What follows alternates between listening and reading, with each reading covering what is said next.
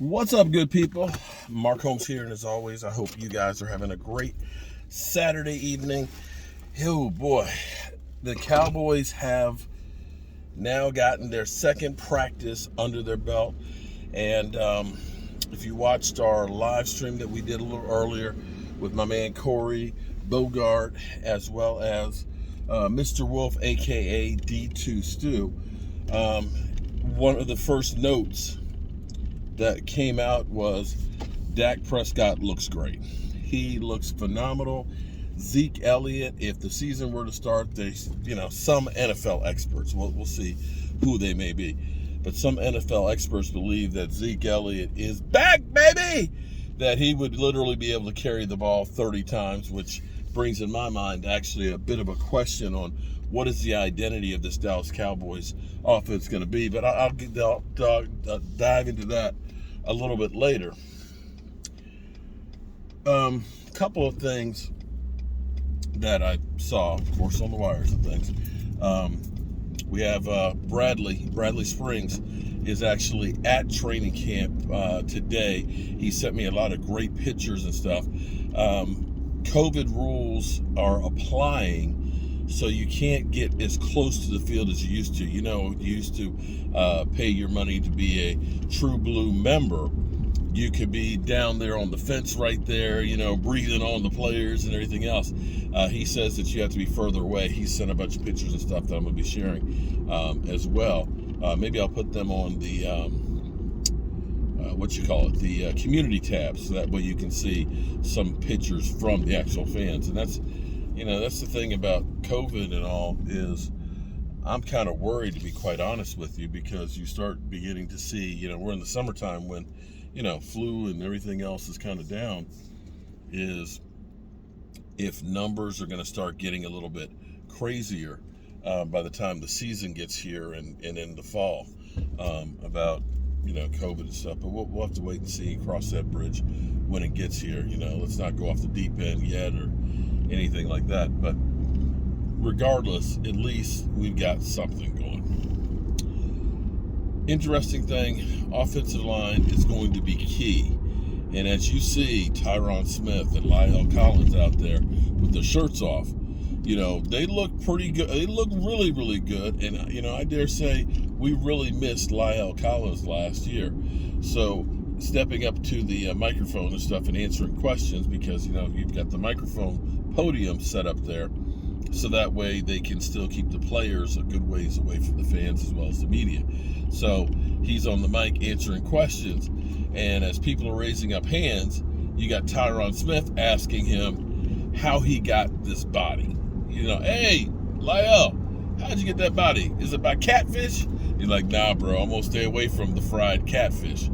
And I have to agree with you that if you want to put some weight on, that fried catfish and the fried shrimp and french fries and all that fried food, it'll definitely put it on you. But those guys are in really great looking shape, and to know that they're not on the pup list or anything like that they are out there full go, it does my heart good, because we're going to need those guys to be 100% if we're going to succeed. We've got great weapons across the board, but it's kind of like having a sports car. If your tires are all flat on the sports car, it ain't going to go too far. And let's be clear, the tires on this team, that's that offensive line, and we need the Great Wall of Dallas back. As much as you want to put on Dak Prescott and Zeke Elliott and everything else, it was truly the offensive line that was the hamper for this team. That and the defense, but we'll dig into the defense a little bit later. And it's great to see these guys getting back on the field. Now, speaking of the defense, I'm not sure how quite to take this, and maybe I'm taking it the wrong way, but this is one of the first statements that I've heard from Jaylon Smith in a while, and Jaylon Smith has to be feeling some of the pressure of us drafting Micah Parsons and Cox and, putting Keanu Neal, whoa, dude, making him a linebacker. You've got guys in competition in there. And so Jaylon Smith left the end of the season basically saying that, bro, there's nothing wrong with me. People who know check the film and understand that I'm doing great. That was his kind of response to this.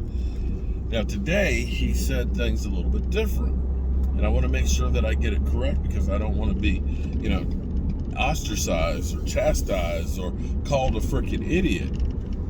But he said great players like Michael Jorden, as well as and he went on to name some other great players. I'm having a brain fart right now, but my man LeBron James, that he said, the greatest players out there, LeBron James and Jordan, they get criticized. Everybody gets criticized, which is true. And the more successful you are, the more you get criticized. That's a known fact. The more you're in the public eye, there's always going to be trolls and haters out there. Lord knows, I got some of these mother humpers that just come in. They don't ever have anything positive to say. It's just straight, negativity. You're too old. You're too ugly. You got too much facial hair, and you mispronounce. It's like, damn. It's like, I got you the gist of what's going on. Can't you at least take it like that? I don't work for ESPN where I've got a makeup crew and I've got a teleprompter up there and guys that are writing notes. I am Joe the fan reporting it, but yet you get that. So I understand that point. But here's where I'm kind of going, how do I take this? He said great players like Michael Jordan and LeBron James get criticized. So, are you saying that you are a great player like a LeBron James and Michael Jordan? Or are you just saying that, using those two as an example, because you're saying that everybody gets criticized? And that's where I'm kind of wondering and going,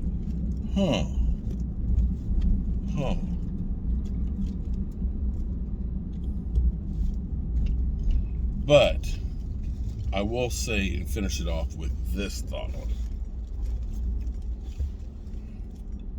No matter which way he was putting it, by saying that players get criticized, even LeBron James and Michael Jordan.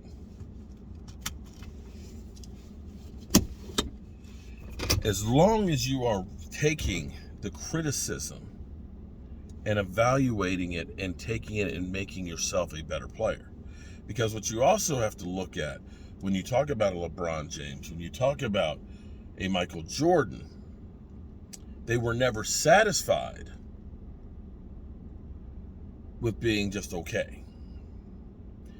They always strove for perfection and getting their game taken even higher, even though they were already at the tip top.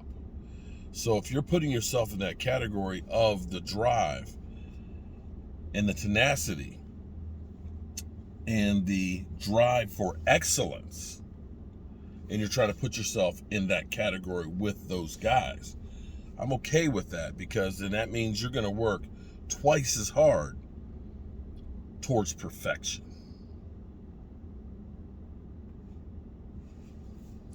Hope you guys are having a great day.